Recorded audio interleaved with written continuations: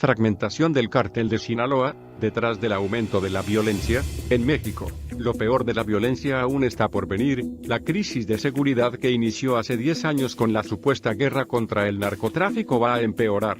Con casos tan horribles como el de las 3 niñas que fueron violadas sexualmente, una de ellas también asesinada en Ciudad Juárez, Chihuahua, el pasado 21 de noviembre, el Chapo a lo largo del país. Ese tipo de crímenes, totalmente deshumanizados e incomprensibles para la sociedad, se multiplicará porque aún no tocamos fondo en esta espiral descendiente de violencia y, sobre todo, porque el Estado que oficialmente tiene el monopolio de la violencia ha sido incapaz de frenarlo, sea por acción u omisión. Un claro ejemplo de la profundización de esa crisis es el registro de homicidios que lleva el gobierno federal.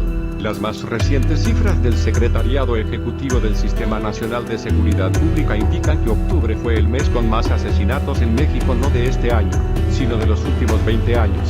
En total se registraron 2.371 ejecuciones en todas las entidades del país. Lamentablemente, la situación es todavía más crítica, pues esa cifra de ninguna manera representa la totalidad de vidas que cobra la violencia. Muchas víctimas permanecen sin contabilizarse debido a que sus cuerpos son desaparecidos por los victimarios, que pueden ser particulares, algunos de ellos miembros de mafias, pero otros son agentes del Estado, como ya se ha demostrado en algunos crímenes de lesa humanidad, o porque sus propios familiares ocultan los hechos para no sufrir mayores represalias, en particular en las serranías y pueblos más alejados, donde manda el crimen. Factores que incrementan la violencia. Esta violencia es, en primer lugar, responsabilidad del gobierno mexicano, en sus 3 niveles y en sus 3 poderes, y, en segundo lugar, del gobierno de Estados Unidos, principal fuente de financiamiento de la guerra contra el narcotráfico, que no en una década no ha podido socavar a los delincuentes ni a sus negocios. Y es justamente nuestro vecino del norte el que se asombra por los niveles de inseguridad y sobre todo de brutalidad que hemos alcanzado, por lo que sus investigadores estudian permanentemente los factores que nos han conducido a la crisis actual. Aunque sus análisis no suelen observar la responsabilidad de su propio gobierno, nos sirven para acceder a más datos que en México se nos ocultan y para entender desde una perspectiva externa hechos que, sin duda, influyen en los niveles de violencia.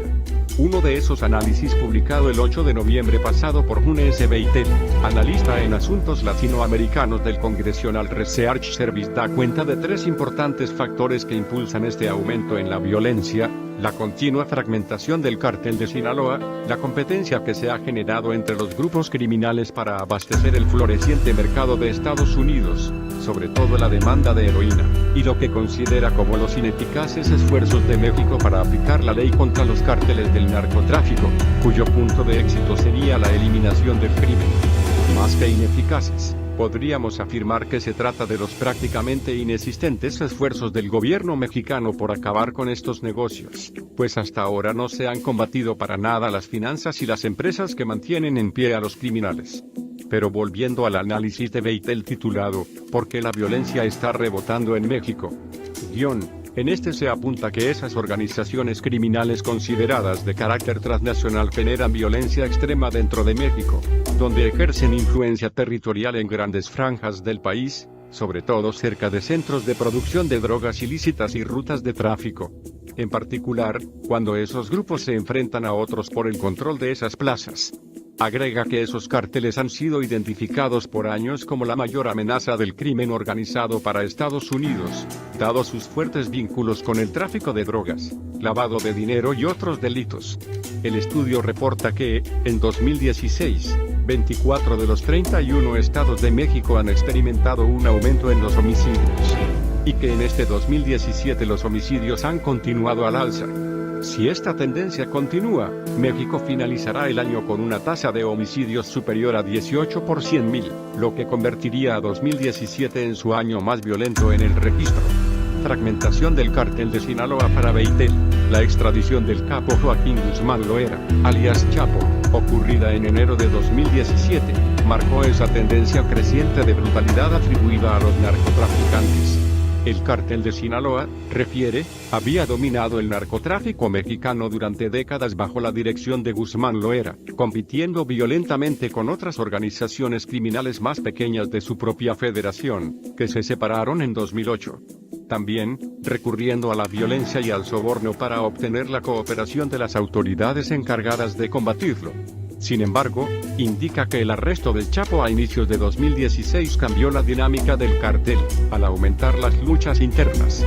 Esa debilidad fomentó a su vez que los cárteles rivales incrementaran sus disputas por su vasto imperio en el tráfico de cocaína, metanfetamina, marihuana y heroína.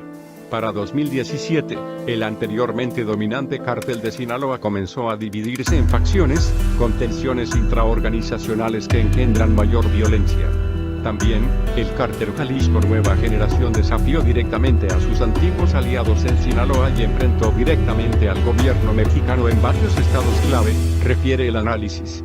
Esa fragmentación constante, sumada a la lucha que de por sí enfrentaba el cártel de Sinaloa con bandas rivales, habría conducido, en parte, a los terribles niveles de inseguridad y violencia que enfrentamos los mexicanos. Tras una década de guerra en su contra, resulta evidente que en el gobierno, lejos de combatir el narcotráfico y todas las variantes del crimen organizado, se les solapa y en algunos casos se les impulsa. O, como entender una guerra que olvida quitarles el dinero sucio con el que compran armas, casas de seguridad y hasta corrompen a autoridades. Más información en el blog del narco.com.